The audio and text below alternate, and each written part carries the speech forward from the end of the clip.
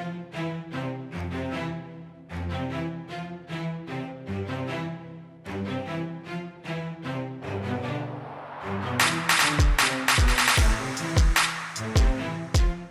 to the Social Chameleon Show, where it's our goal to help you learn, grow, and transform the person you want to become. It's book review time, and today, Freewill by Sam Harris. A little bit about Sam Harris. He's the author of 5 New York Times bestsellers, including Waking Up, A Guide to Spirituality Without Religion. His writings and public lectures cover a wide range of topics: neuroscience, meditation, moral philosophy, religion, rationality, but generally focuses on how a growing understanding of ourselves and the world is changing our sense of how we should live. Sam received a degree in philosophy from Stanford University and a PhD in neuroscience from UCLA. He has participated in meditation for over 30 years and has studied with many different types of meditation teachers, both here in the United States and abroad. A little bit about the book, Freewill, is a brief in Freewill touches nearly everything that human beings value. It is difficult to think about law, politics, religion, public policy, intimate relationships, morality, as well as feelings of remorse or personal achievement without first imagining that every person is the true source of his or her thoughts and actions. And yet the facts tell us that free will is an illusion. In this enlightening book, Sam Harris argues that this truth about the human mind does not undermine morality or diminish the importance of social and political freedom, but it can and should change the way we think about some of the most important questions in life. It's a weird book, my friend. Yeah, I'm not sure I liked it, dude. Like, I didn't really like it that much. I know you're like hype about Sam Harris and everything, but I like Sam Harris. I like, he challenges a lot of things you think and a lot of assumptions you have. And I love his meditation app. I think he does a really good job. Yeah, I definitely think this book challenged a lot. I mean, it challenged me to get through it. As a matter of fact, for this episode. Good thing it was a short little 1 hour audiobook. So yeah, I don't know if I could stomach the rest of it. I mean, don't get me wrong. It definitely has a strong opening. For sure, causes you to, challenge and think about wait, what's happening? And then from there, it gets good. I like the beginning of it. I actually listened to the sample of this one versus, some of his other ones like Lying and Waking Up. And for some reason, my free will chose me to pick this book, which is actually an illusion because after finishing it, I was like, I really want to read that book. I don't know.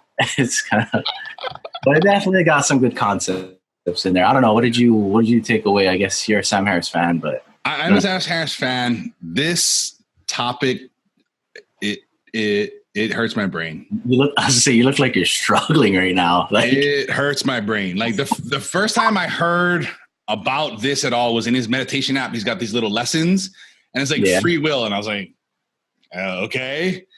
But I started listening to it. I'm like, you're a crackpot, homie. Okay. And then 3 seconds. I'm not the only one. And then he's like, you may be thinking I'm delusional. I'm like, I am actually, Sam. I am. You had me up until this point, but you had me here. Yeah. You had me at free will. I mean, I was like, and then I listened to, it was a 2-part thing. And I listened to the second part. And really the second part was I started thinking about it. I was like, whoa, wait a second here. It's the thing I really liked about it was it kind of opened my eyes to the whole concept and which made me want to read the book to get a little bit more into it. Oh, okay. It was we don't choose anything. We have no control over anything, And I've heard this a little bit before, I maybe any guys ever heard Gary Vee talk, we don't choose anything. We don't choose who our parents are, where we were born, all these things, no choice of ours at all. Did you say 5 million to 1 or something? I forget what the odds are. Whatever. I think I've heard Gary Vee something like 1 trillion to 1 or something like that. I think there's some different things out there, but nevertheless, you and I have not chosen the color of our skin, where we were born, where we grew up, and then it's he starts to say, about, and then he's and the same for everybody else. And it's you've got to have compassion for them. Their circumstances is the luck that they have. You were that same person, you would have the same exact luck. And it's I started thinking you know what? All right. I think I see where this is kind of headed. And it was kind of opened my eyes a little bit, to be sympathetic to, the person, the homeless person or the druggie or whatever, whatever it is. It's or your neighbor. And it's has nothing to do with you necessarily. That's just the luck of the draw you got. Right. Yeah, but I mean, at the same time, like, I guess maybe because I'm a poker player, like, I mean, yes, the hand that you have matters, but like, it's about how you play that hand, right? You know what I mean? This book to me just gets like facetious. Is just like, well, you don't have any control over that, and like, if the thoughts that you're thinking right now, like, that just came to you out of nowhere, out of the blue, like, come on, dude, like, how like, how far are we gonna go down the rabbit hole, like, to say that you have absolutely zero, no control over your life like that? Yeah, I don't know. That's a bit far fetched for me. I think more what it's about is it's the lack of choices you really kind of do have, and the things that you have choices for, the thoughts you think of are somebody else or environmental or past experiences. Like, these shape the thoughts you currently have. You know what I mean? Like, well, right. They're, like, as you were saying, like, I'm a firm believer that we don't control everything in our lives for sure. And just to put it out there, because Sam Harris did put it in there about existentialism, is like, you have the opportunity, you have the choice to choose what meaning this action has, right, for your life, right? It's like, something happened to you, you can be a victim or you can be a survivor. Like, it's up to you to choose that. But Sam Harris goes even further in this book to say, well, did you really choose that?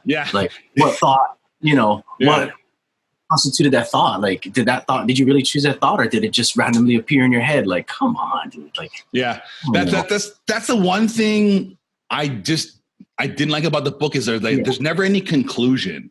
There's never any strategy or any methodology to like I guess direct your free will, or direct yourself the way you want your brain to react, or stuff like that. Like, I mean, Civilization is Discontent was similar, but it just didn't have this like facetious facade to it. Like, like at the end of the book, he's like, well, now I'm gonna just say whatever I want for the rest of this book. And like, he's like, why a rabbit and not an elephant? And if I decide to switch to talking about an elephant now, did I really choose that? Like, oh my God. Like, it's like, throw the book. It's like, it doesn't stay like forever. Like, come on. It's like, what the heck?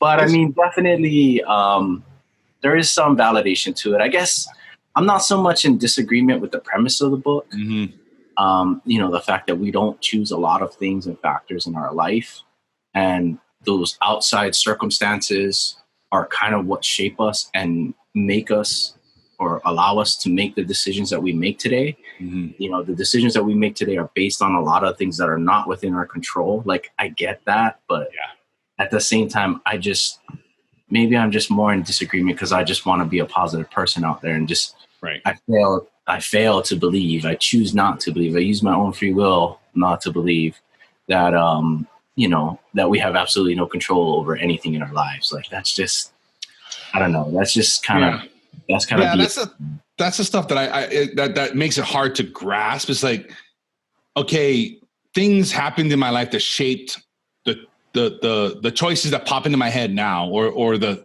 things that pop into my head now. But where does that stop, and where can I intervene, and where can I stop, or where does it begin? And that's kind of into, and I guess just to give people a little background, I know we just kind of jumped into our opinion about it, and because the book is really moving in the fact that it does talk about some strong topics, like it, as an example, there's like horrendous crimes being committed at the beginning of the book, and then here's Sam Harris like saying, oh well, it wasn't really this guy's fault, and you like that you get taken back by that, like ooh, like wait, what? But if you start to think about it, even in his story, he's like, the guy's like, why did you burn down the house and not let the kids go? He's like, I don't know. I never thought about it. Never really, never really concerned, and it's like, wow.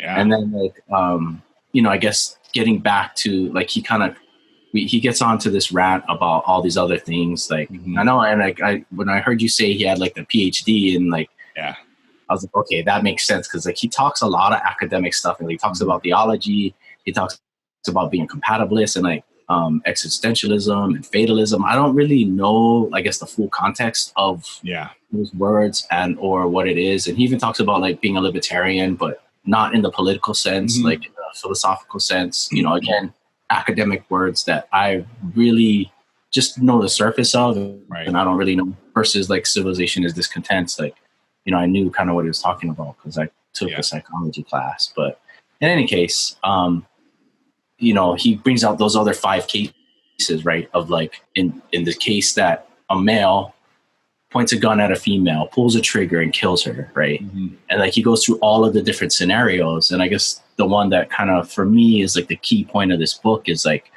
okay, this male, he's an adult male. He had a good upbringing, right? He was raised in a good neighborhood. He had very good parents.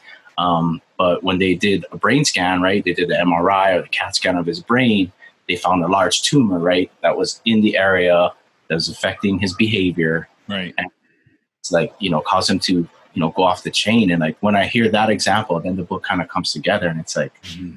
I think I know what he's trying to say is like, when you see a brain tumor, like you can kind of use that as an excuse, right? Or that's when you start to feel like, oh, wow, like this guy was in the right direction. He was headed the right way. And now all of a sudden he has this brain tumor, and that's brain tumors what caused him to kill this girl. It's like, mm-hmm.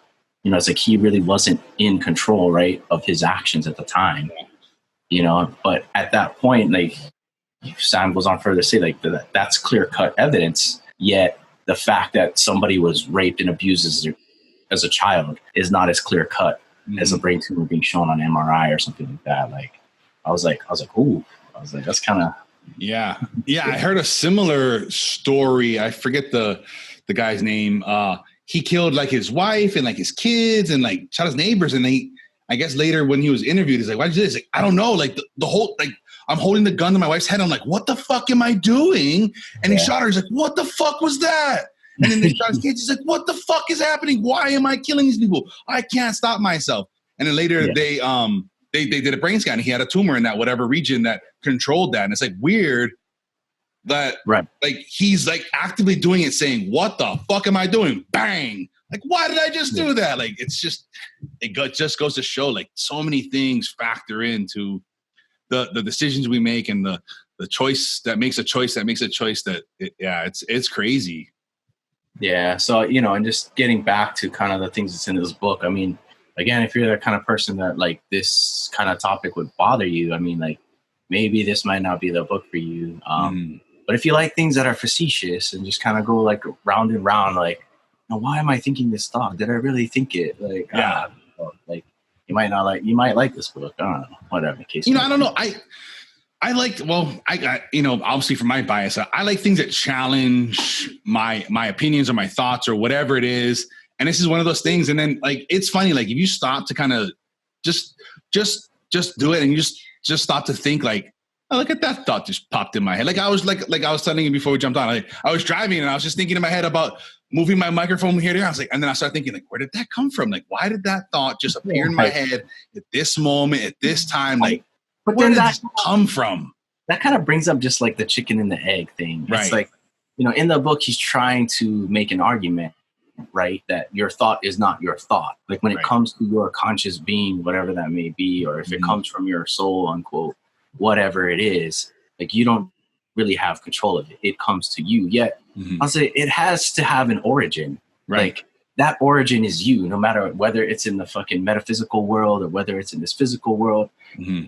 The fact that you can now think of it, right? Because like he went into the whole thing where he's like, people were in the MRI machine, right? And they were fucking picking things. And like, he's like, based on after a few tests, they could actually decide what he said, like 700 milliseconds before something they knew what the choice was going to be. And they could see it on the MRI scan. And he's like, if we had this technology today, he's like, we could read your mind. I was like, oh, this guy, like, come on. Like, but even what was he saying too? There was another one. They were like choosing a button or something like that. And they could predict what button they would push up to 10 seconds before the person actually pushed that button. I don't know if it was 10 seconds, dude. I think I want to say it was like was it milliseconds? I want to say it was like a tenth of a second. So whatever. Maybe that's what it was. Who knows? Who cares? Yeah. It's like right. Half a second before, like they could predict. But again, like you know what I mean? Like that's just the timing of things. It's like that choice is still made by something in your brain, or spiritual world, whatever that constitutes you and who you are. So I don't know. I'm not in full agreement with that. I think that's like just because it's conscious and it comes to your thought, like you don't control what comes to your mind per se. Like there is something behind you that is making you do that. Yeah. Whatever that is.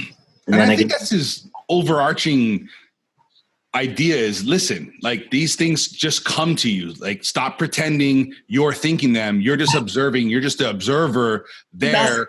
I just don't want to believe that. Dude, that's the thing is like, it's hard to believe, but like when you start to like actually break it down and start to think about it, you're like, God damn, like where did that come from? Like, why do I suddenly want chocolate peanut butter ice cream? Like, I don't even like, what the fuck? I don't even know where that came from. Like, why? I don't know, man. I don't belong to the Sam Harris cult. I don't want to partake in any of this. Yeah. I like the thought process and the thought exercise of saying, listen, shit happens. There's luck. There's choices I made yesterday that influenced decisions today. And I've just got to be like, kind of like okay with it and understand it and try and shape what goes in my head and shape my actions the best I can. So the next time my brain automatically is going to decide more in line what I want to do and want to be as a person. Right. And I think that comes from like his other books, like about waking up and all of that kind of stuff. Cause I didn't get that from this book. This book is basically like, you're not in control. So too bad. Oh, well, like really? That's really what you're trying to say. Okay. I really think that the lessons in the meditation app, there's a Freewill 1 and 2, right? Of course, actually are a better representation of this idea than this book is. Yeah, and that's because it ends in a positive light. The way he just ended the book is just like, now you're just being facetious. You're just you're being a jackass. Like I don't want to read any of your books ever. Like this is the first book I read from you, and I don't really want to read Waking Up. I don't really want to read that. Waking Up I really enjoy Waking Up. That was like, this is how you're going to be in the rest of your books. Like, forget it, dude. Like, he wasn't like that in Waking Up. Like, way better vibe. Even in Lying, right? Not that but vibe. I think he's doing all of that to try and prove his argument, right? Yeah. That free will is an illusion. Mm-hmm. There are a lot of things that are outside of your control that shape the choices and decisions that you think you're making right now. Mm-hmm. Like, but again, I do like the positive light that you're coming from. Like, thanks for pulling me out of the darkness again on this one. But that's what I do, man. Hey, it's not me, dog. It's not me. Wasn't as bad as 12 Rules, dude. Like, it was horrible. You just start reading that chapter, don't finish it. Like, you got nightmares after 12 Rules will take you down some dark, deep holes. This one was just more of like, all right, dude. Okay, I get the point. Like was overbearing on that. Thank God it wasn't like some 4-hour long book. It would have just been like pointless. Well, I mean, I definitely think I would have like appreciated more of like him going more into like, okay, so in theology, or like he talks briefly about being a compatibilist, and then he brings it up multiple times in his book, but like he didn't really go over like what it is and what's behind it. Like I probably would have like, being the scholastic person I am, I probably would have liked a little bit more data on that. But yeah, and that's what I was kind of looking for too. I was waiting for that, like that. Let's bring it all together, and this is how you can manipulate or train or conjure up better thoughts. That's what I was waiting for, and I was like, and the end. I was like, yeah. You're like, I feel like I just wasted like 2 hours of my life. I was like, well, at least I read it an hour-long book at 2 speed, because that wasn't very fucking long. I was like, I just I just had more questions. Like, I still have more questions. I don't know how many times I've listened to the book. I think at least 5 or 6 times. I've listened to those 2 episodes in the meditation app at least 10 times. The second one is like my favorite. It's like 5 minutes long. And it's just and it's 5 minutes. It's so condensed, and it's so like to the point and matter of fact. And it's just like, that one is so good. If like, as an introduction to this topic, like that's just perfect. Like what he goes through there is just perfect. Especially like the first 2 minutes, you can just stop at the 2-minute mark and you're good. You're like, I get it. Got it. We're good.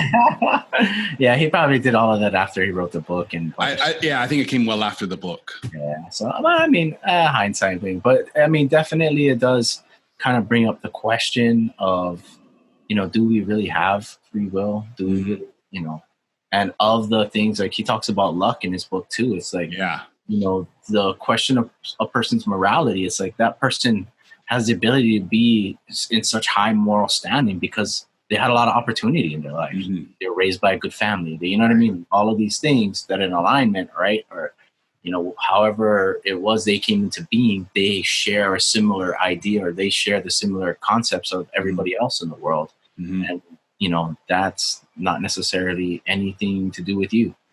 Yeah. Like, nothing at all. And that's the kind of things I like there. Like, but in a challenging way, because the way I think about things, the way I believe it's like, listen, it doesn't matter these things that I couldn't control. What matters is what I do from here on out. Like I couldn't control my parents, my environment, the amount of money they had and the upbringing and the lessons and whatever, education, whatever. I had no control. From here on out, it's all me.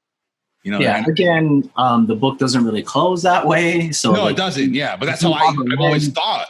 Yeah, if you have a lens at which to read this book and kind of how to go about it and what to do, I think that's definitely one of the things that that you should, go with the book, because, he does actually think about when you take away the fact that people don't actually have the ability to choose what they're doing or how they're doing it. Mm-hmm. Like, that's when you can kind of focus on what matters. Like, you can stop hating this serial killer because he rapes and kills children. Like, you just, then you begin to start making risk assessments. Like, okay, let's take the emotions out of it. We know that this person has a behavioral tendency to do these kinds of things. So, let's take a risk assessment. Let's separate them from the rest of society. Let's put them in a corner, and you know what I mean? And that kind of stuff. And, he does also bring up good points about like how to punish this individual, because take away the fact that they really don't have the choice to do what they're doing, then the death sentence kind of seems like a steep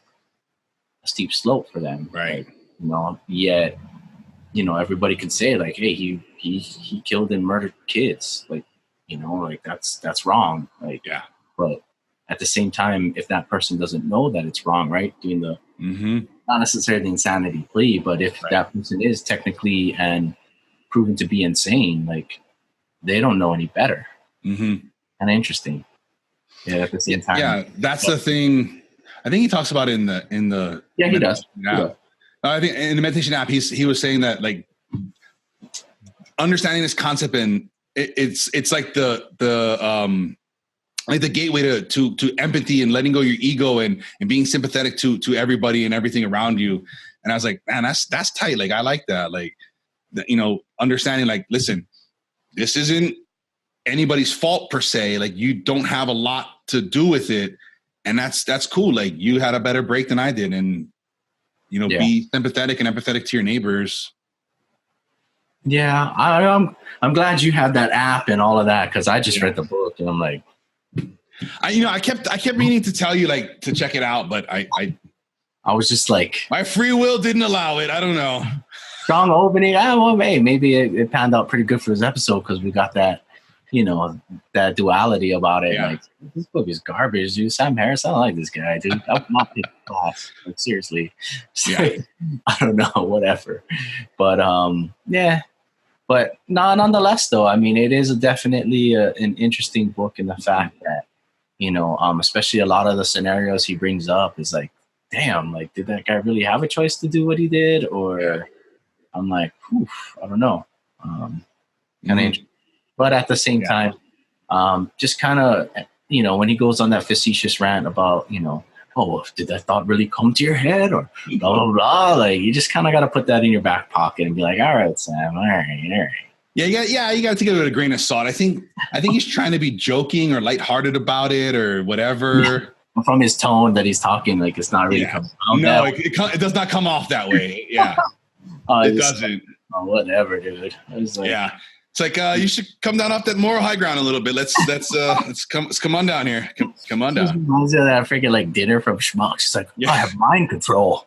I release you. He's just like, I have brain control. I have brain control. The brain controls the mind. Like, shut up, dude. Like, come on, really? Jeez, that's funny. Yeah, like, this book gets you kind of like. It messes with you a little. It makes you think a little. I don't know. I think it's fun to fuck with yourself and challenge yourself, challenge your beliefs, challenge your assumptions. I think we got to, especially, we got to challenge these things we believe in. It's like, I think maybe it's the app or whatever he talks about. Like, You know, like if you believe, you know, if you can't believe like 2 + 2 is 4, if you believe it's 5, like you believe these things that are wrong, like the world is just gonna fuck with you all day long. Like you got to challenge what's true and what's real and not what's delusional, you know. And I think I like these kind of things that try to challenge that and make you think about things, and you know, try to stay away from as much as I can. That's confirmation bias and all these different things. You know what I mean? Like more of what I like and more of what I already know. And I don't know. I like to try and break away from that.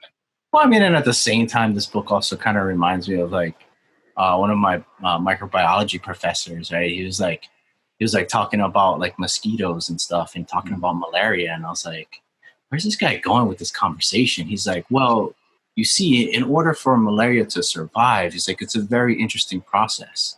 The mosquito actually has to bite a human host. Mm-hmm. That human host has to carry the parasite so that it can go through its reproduction cycle or whatever the case might be. Mm-hmm. And then from there, another mosquito has to come bite the human, pick up the byproduct that's been sitting in the human for so long, and then go into this new mosquito. And then this mosquito, the byproduct of this has to live inside the mosquito for so many days. And then that mosquito has to go to another human and inject it into another human so that it can continue the cycle. It's like, what are the odds of that happening? Right. Is it, how does the mosquito know that it needs to bite the human so that the next process can begin? He's like, is the malaria controlling the mosquito? Could it be that the free will of the mosquito is actually the free will of the malaria? But does the malaria really know that it doesn't have free will at all? I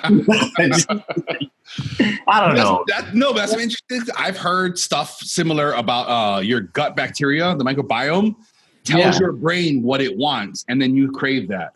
Right. And like, you know, but I'm just saying, but that's just the kind of stuff that, you know, there are so many forces that are, you know, at work within your mind, right? And even Sam Harris talks about, like, we have more microbes, right? We have more microbes involved with our body than we actually have human cells. Right.